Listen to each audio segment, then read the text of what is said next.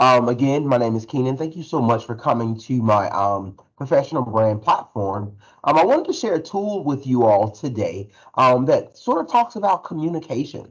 So this tool is something that we use fairly often at our school. It's actually called our weekly newsletter.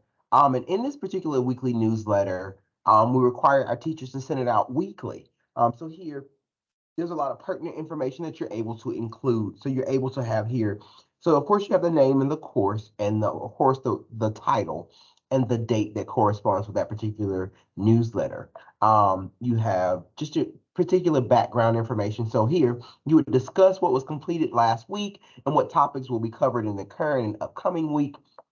Be sure to include any reminders that are specific to your class, any codes that you have, like remind codes or any codes for your Google Classroom or your Microsoft Teams classroom. Here you also are able to include homework.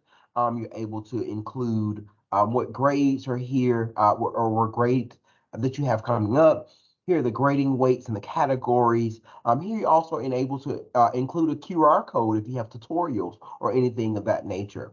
And at the bottom, you have your content unit number and your standards covered for that particular week. So you have the date. So let's say August 16th, that particular standard and the concept. And you want to make sure that you put the standards and the words in layman's terms, in terms in which parents and students are able to understand.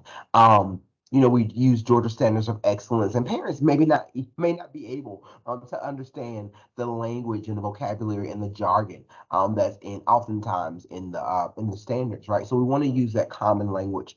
And here you only use this space also to list standards in plain language for students, just as we discussed, any resources, any links to assignments, and like here's a standard here for an example, like for a math standard, let's just say, and any video resources that you want to include as well, right?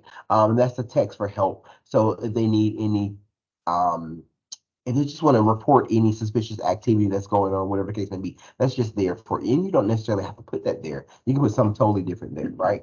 But this is a resource that you're able to use, and I'll link this here on my professional brand platform. But again, this is talks about communication. How do you communicate with parents, and what sort of communication do you want the students to know? And this is weekly and ongoing.